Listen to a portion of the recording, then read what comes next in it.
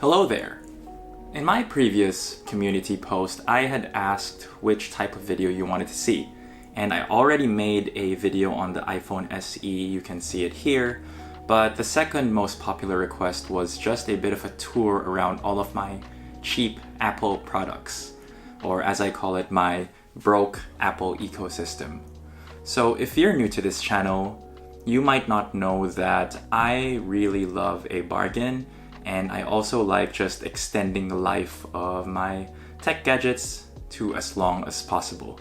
This video is going to be a bit more of a freestyle vlog style video. It's unscripted and I'm not going to be editing it as much as my previous videos, so I'd love to hear your feedback if you like this. So let's get started.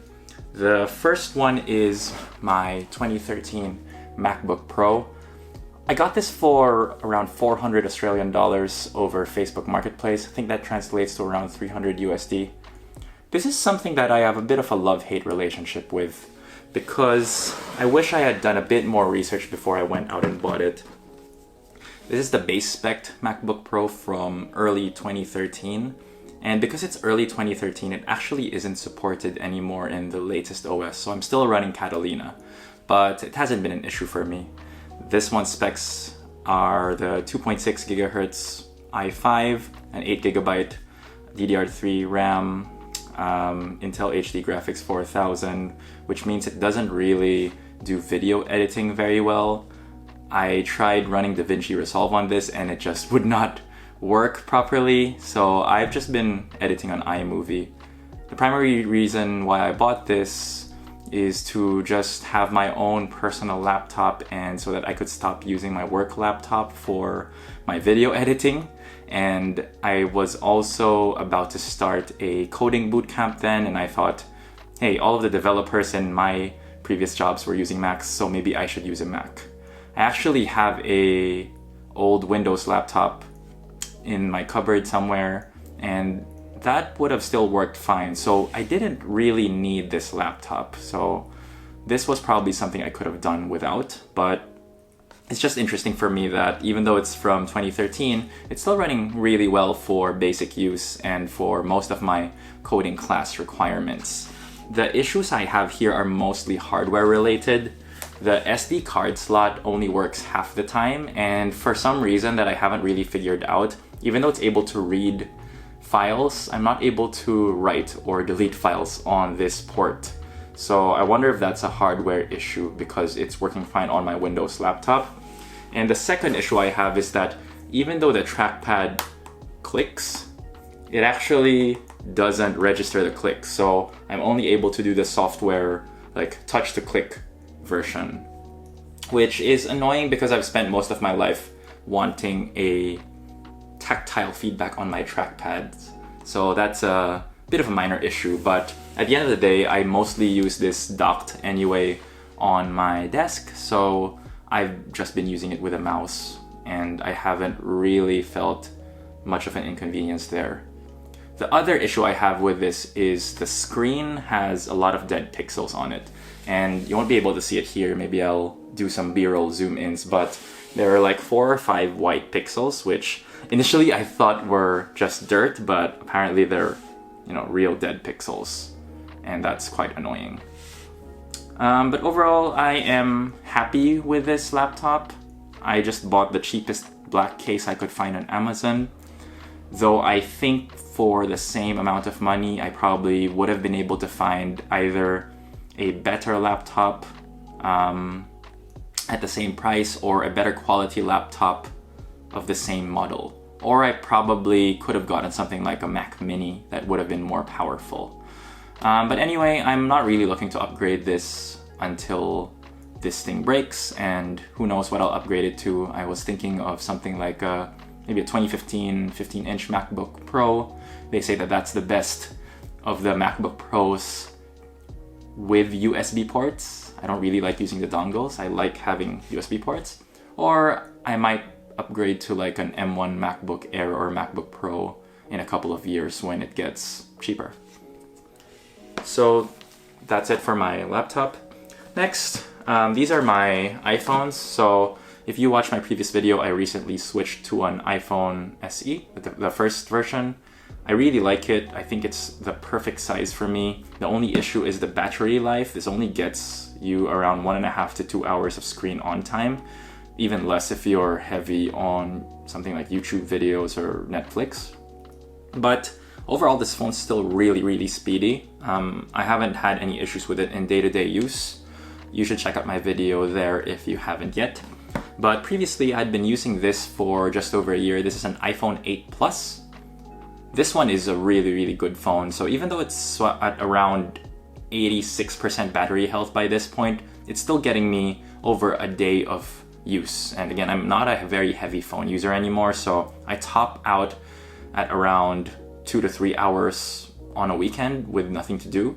But when I was still a heavy phone user, I was using this for a lot of heavy MOBA gaming. I used to be a real Mobile Legends addict for a while there, and this one would handle it like a champ. I like the large screen. I actually like the home button and the bezels on this one.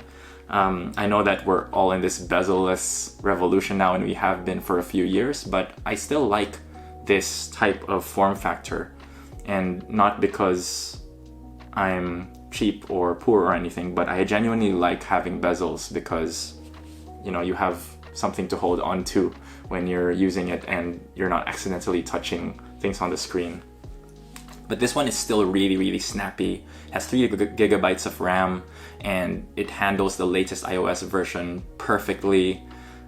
If I ever get tired of the bad battery life here, I'm very happy to switch back to this one when we're back from lockdown. I just think that the issue with the SE is maybe when, you know, you're outdoors and you don't have access to a wall charger for a while for whatever reason, like you go on hiking or you go on vacation, this might be a bit of a risk, especially if you're going overseas to a place which you've never visited before. Whereas with this one, I'm pretty confident that I can last a full day without really worrying about my battery life, while still being able to take photos and videos and such. The camera on this one is pretty good. I wouldn't say it's as good as something like, you know, a Pixel 2 or a Pixel 3, which came out around the same era.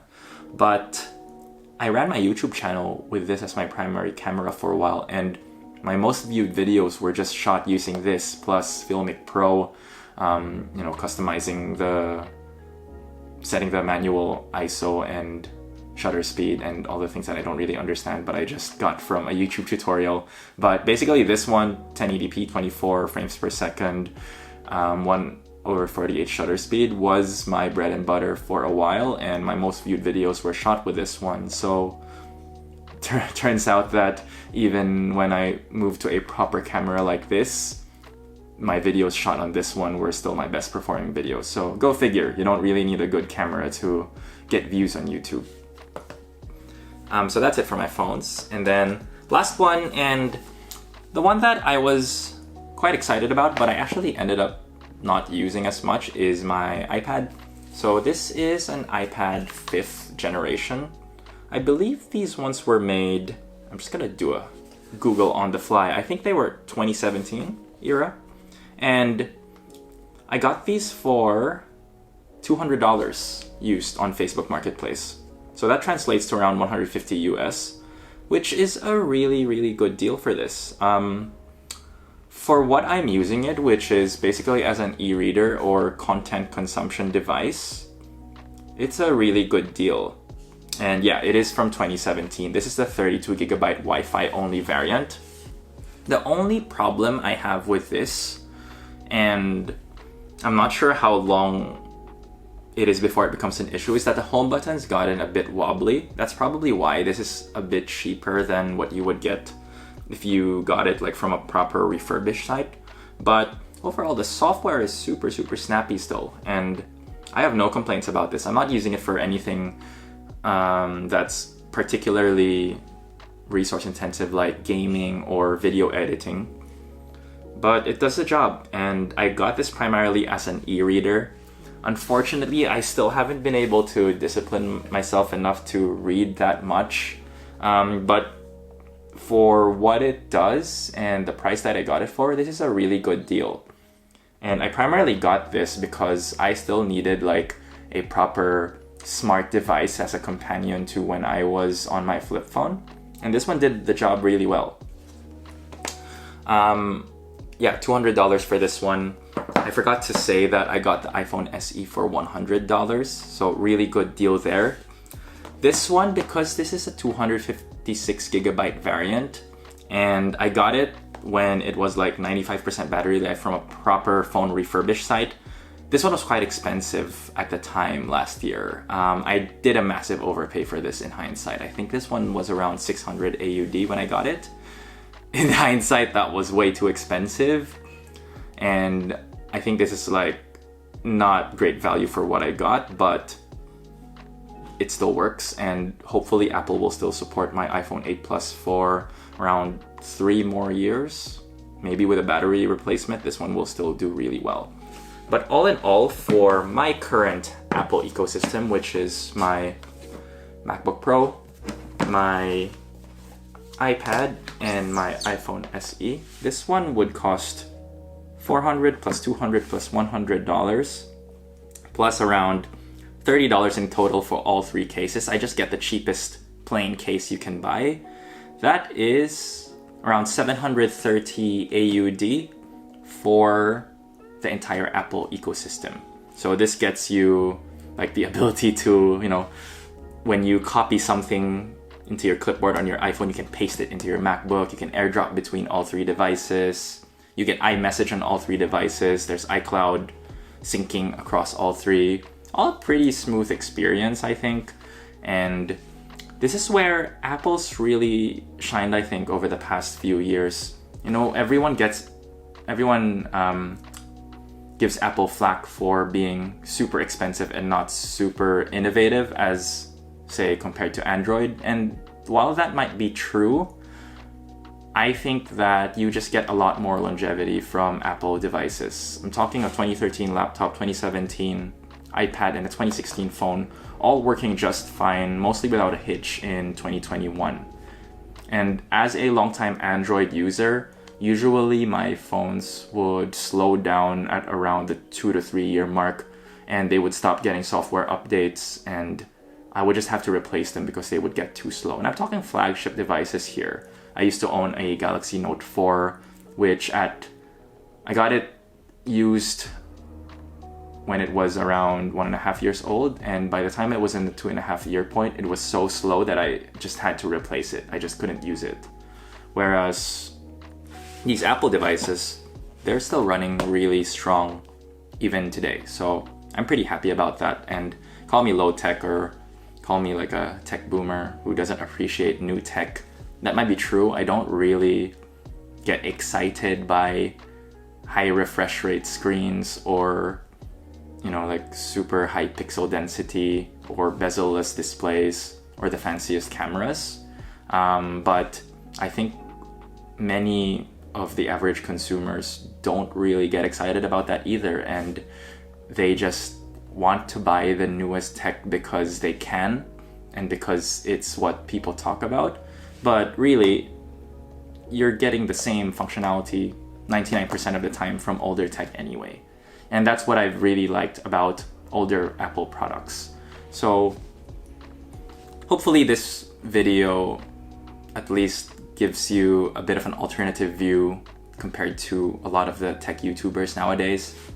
And if you have similarly old Apple products or you've used any Apple product for a lot longer than people usually use them for, let me know down in the comments what you have, and I'd love to check it out as well.